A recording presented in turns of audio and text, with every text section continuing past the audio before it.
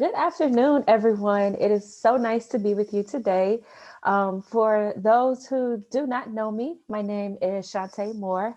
Um, among all my other projects that I work on, as a certified financial educator, teaching financial literacy workshops, I do a lot in that scope. But today, among all those other projects, I'm also what's called an E2E advocate.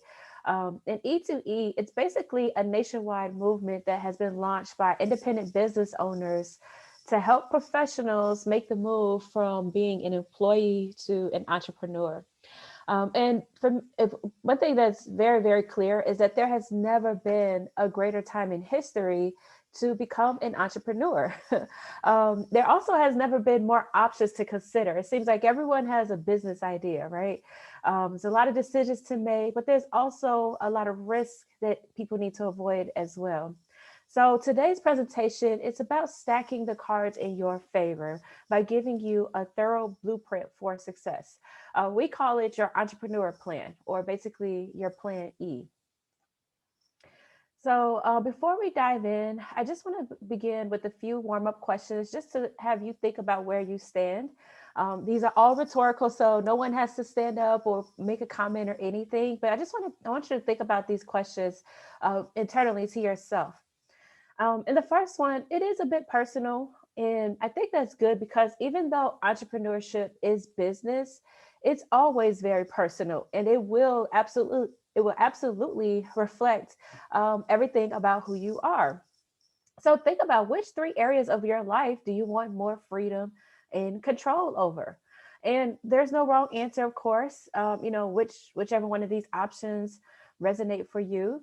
I know for me, the number one thing that I needed absolute control over was my time.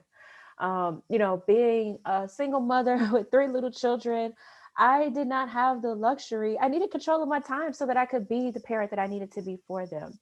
But let's move on to the next question. What are your two whys? And think about, who, when it comes to money, like who do you pour your money and time into the most? And it's okay if it's yourself, there's no judging, but also think about what accomplishment, pursuit, lifestyle, or dream drives you the most. And once again, it's okay if that's actually an actual thing. Again, like I mentioned, my whys were my people, my three little people that I created, my three little children.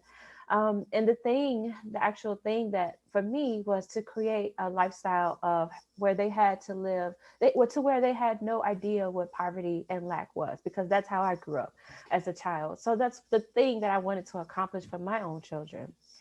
So now that we know what makes you tick, let's do one more question.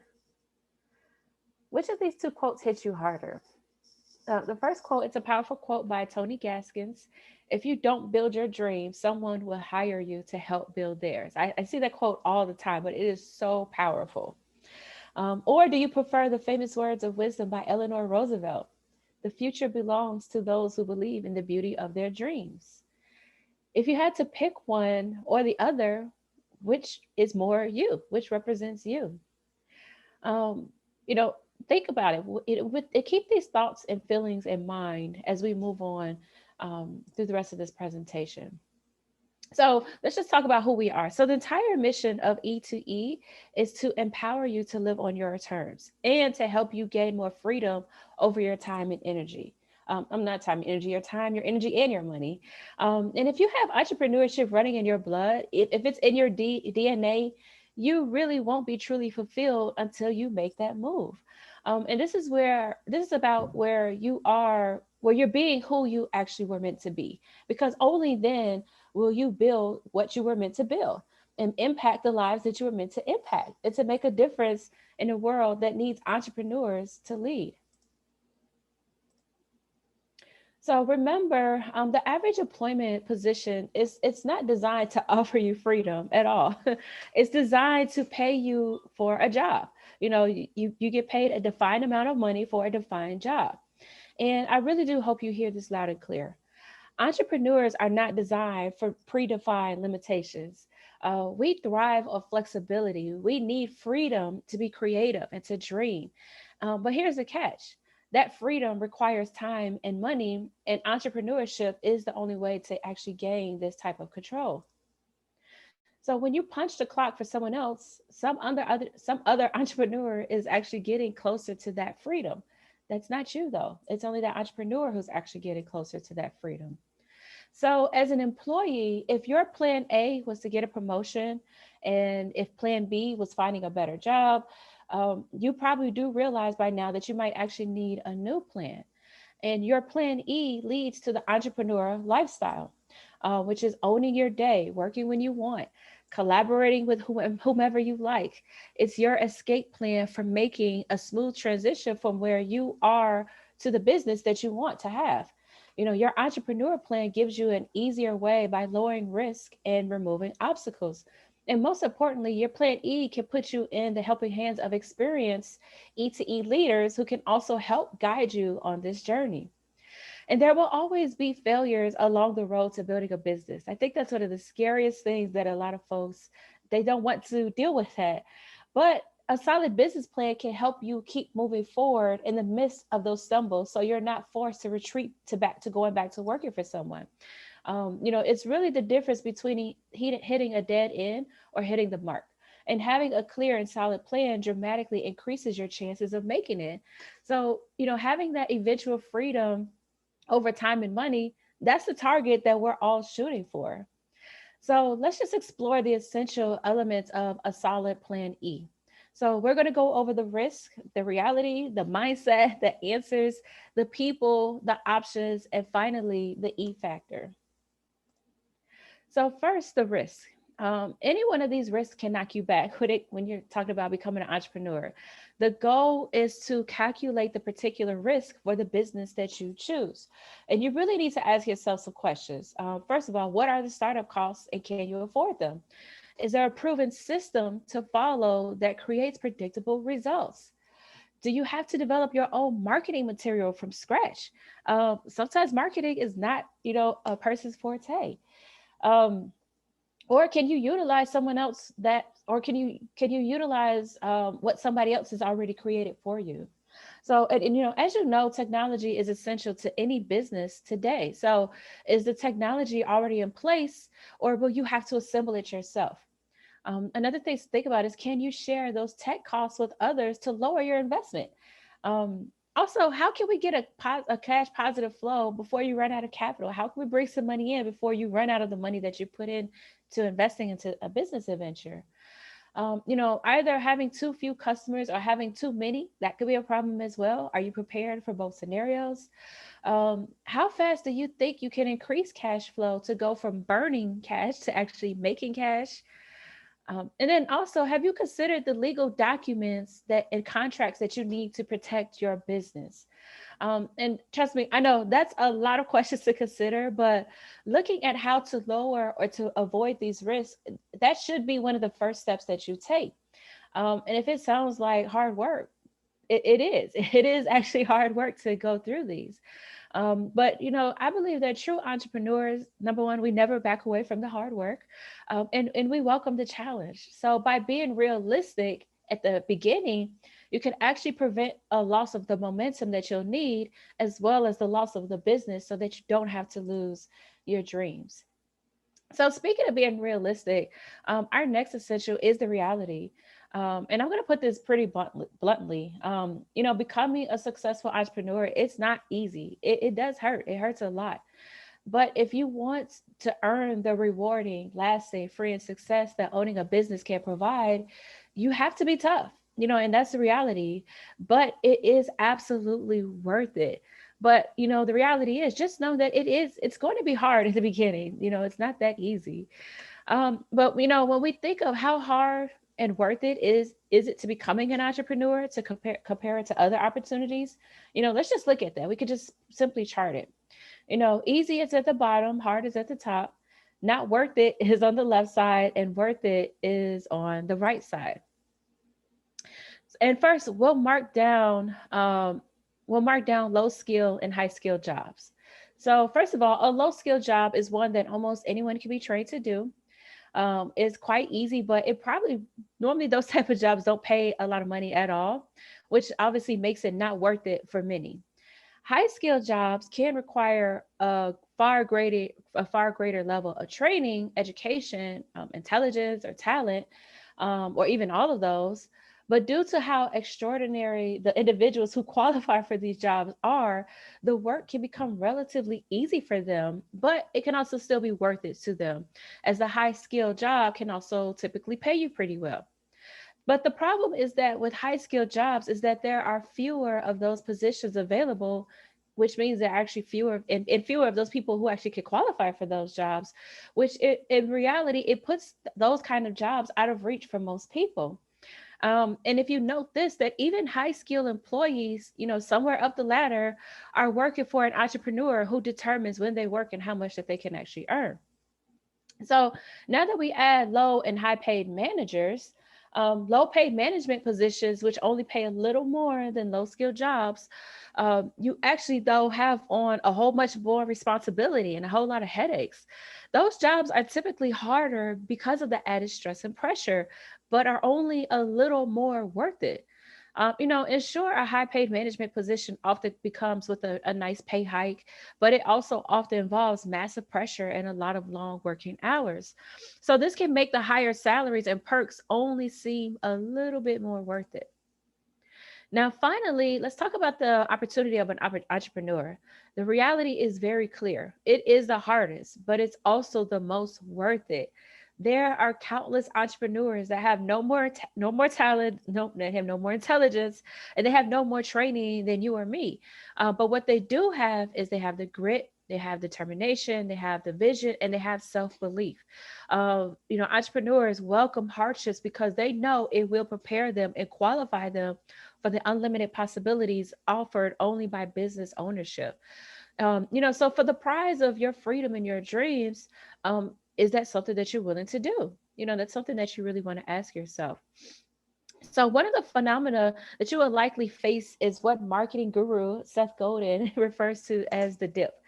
So often when entrepreneurs first get started, during the honeymoon phase, that there's a lot of reward that tends to come back right away. But then, as the realities of business set in, when you're working endless hours, when you have constant frustrations with little money and little appreciation, the effort for a time can really far outweigh the initial rewards.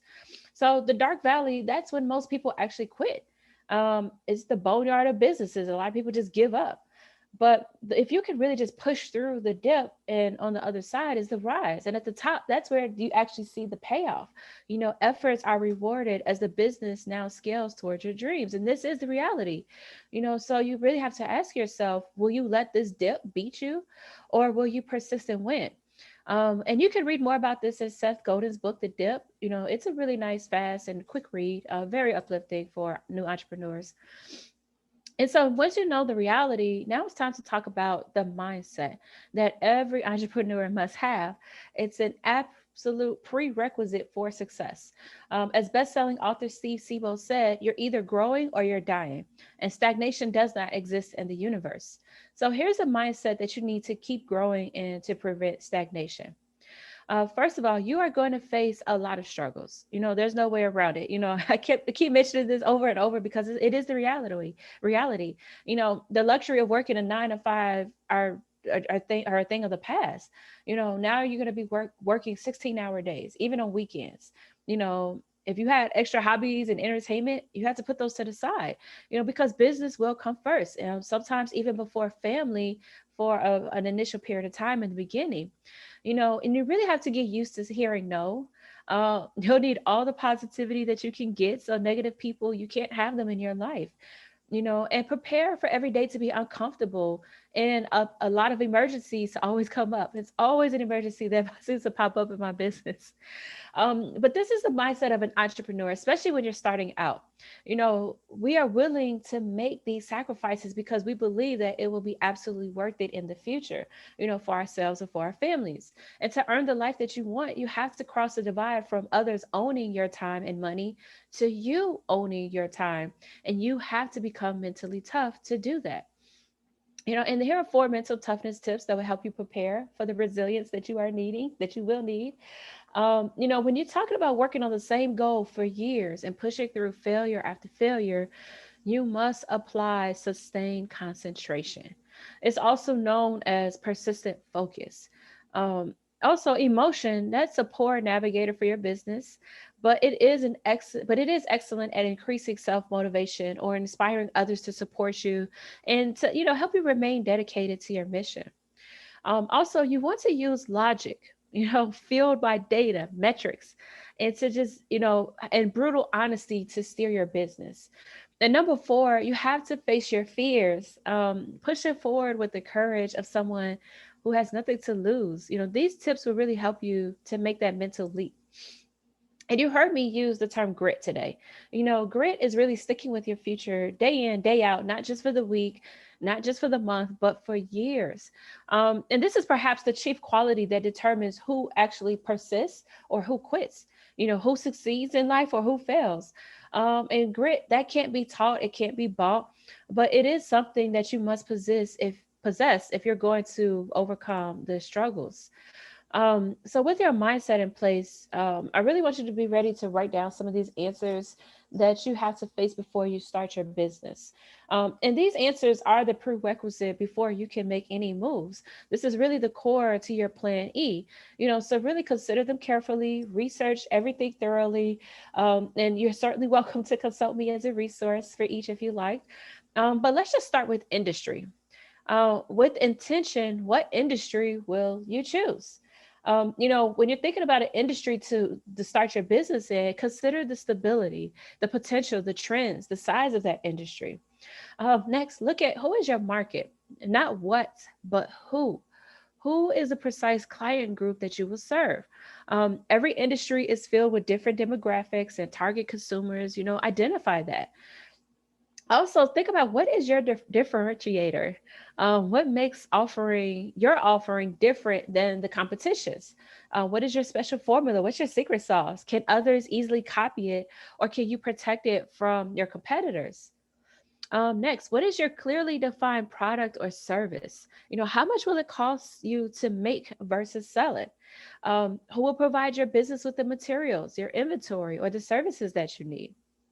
Also, what is the big solution that you are going to bring to the world? When I teach workshops to youth, this is the one thing that I talk to them to help them think about being an entrepreneur. Write down the one great problem you're going to solve and why your market wants or needs this solution so desperately.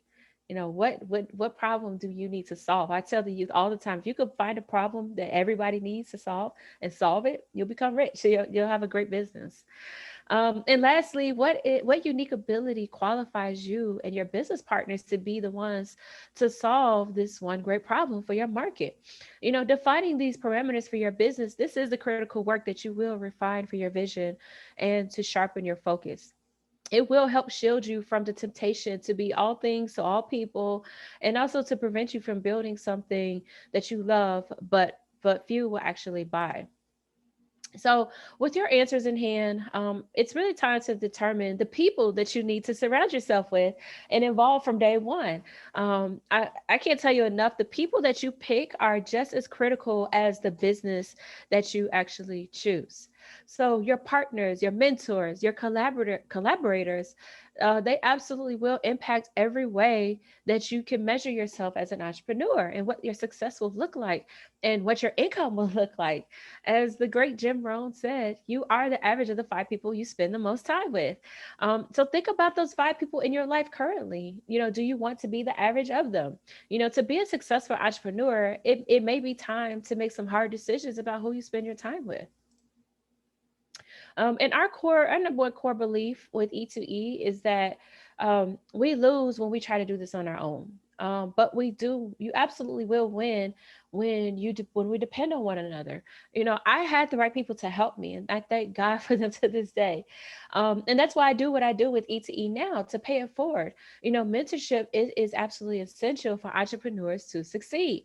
And at every step, we all need the strength of encouragement, step by step guidance, experience from those who have gone before us, and the camaraderie. It's important to have laughter and support and friendship to help you bear through the defeats and to also share your victories. So Helen Keller, she put it best: alone we can do so little, but together we can do so much. So, as we approach the finish line of your Plan E, let's examine some of the options that are available. Remember, you're the boss, so you get to decide if you work 4 hours a week, 40 hours a week, or 80 hours a week. Working more hours can give you velocity, but any number of hours is viable to you, and it's up to you to decide what you need to do. Some entrepreneurs, they can produce substantial incomes with a very small but very focused time investment of their hours. It all depends on the business that you choose, whether that's spare time, part time, full time, big time. You're the boss, so you get to choose that. And take heart in this quote from Inc. magazine. Many people are working full time, but are also pursuing their business passions on the side. These people are just as much entrepreneurs as those who do it full time. So don't let anybody tell you that you're 4 hours a week working early in the morning or late at night or on weekends is not the sweat of a true entrepreneur or the foundation of a great business. Because I know that before I transitioned out of my corporate role many years ago, I was moonlighting my side business, my current businesses that I run now, until I was able to make more money to replace my full time job, and then I was able to quit. So, um, yeah, just keep that in mind. They're not saying you need to quit your full time job. But anyway, here's the final essential element of your plan, the E factor. And I truly believe that this is the factor that every entrepreneur must look at in our post pandemic technology first new normal. And the E factor is to have an entrepreneur who is digitally enabled. And the advantages of being able to work from anywhere with anyone at any time with the low risk, low investment, zero inventory, and having a scalable digital business. um no, that's something that's really undeniable. It's not pie in the sky, it's not futuristic, it's not only for techies. It's real, it's now, and that's something that's possible for you. So, when you're looking at adding a digital business to your career portfolio, you really just want to make sure that it has many of these items as possible. First of all, does the business offer videos for text, for email, or web marketing? Is the business ready to help you manage with mobile tools? A lot of people are working right from their cell phones. Can your business, can you do that? Can you manage your business from the phone in your hand? What about, can you close sales? Can you communicate with clients over screen share? Can your business do that for you? What about clients? Can your clients and your customers, can they complete transactions with you online? Also, I think this is probably the biggest. Will you have marketing tools that you need to easily generate the leads and to build an online presence? A lot of times when people are becoming entrepreneur, it's not like customers are just going to come knocking on your door. Like, you have to have tools to market to them. You have to have tools to communicate and build an online presence. Also, if you have a team of folks, can you communicate with your team 100% digitally? Or do they have to be working side by side with you in a physical presence? And the reality is that the more remote capabilities that you can check off, the better your chance of success will be.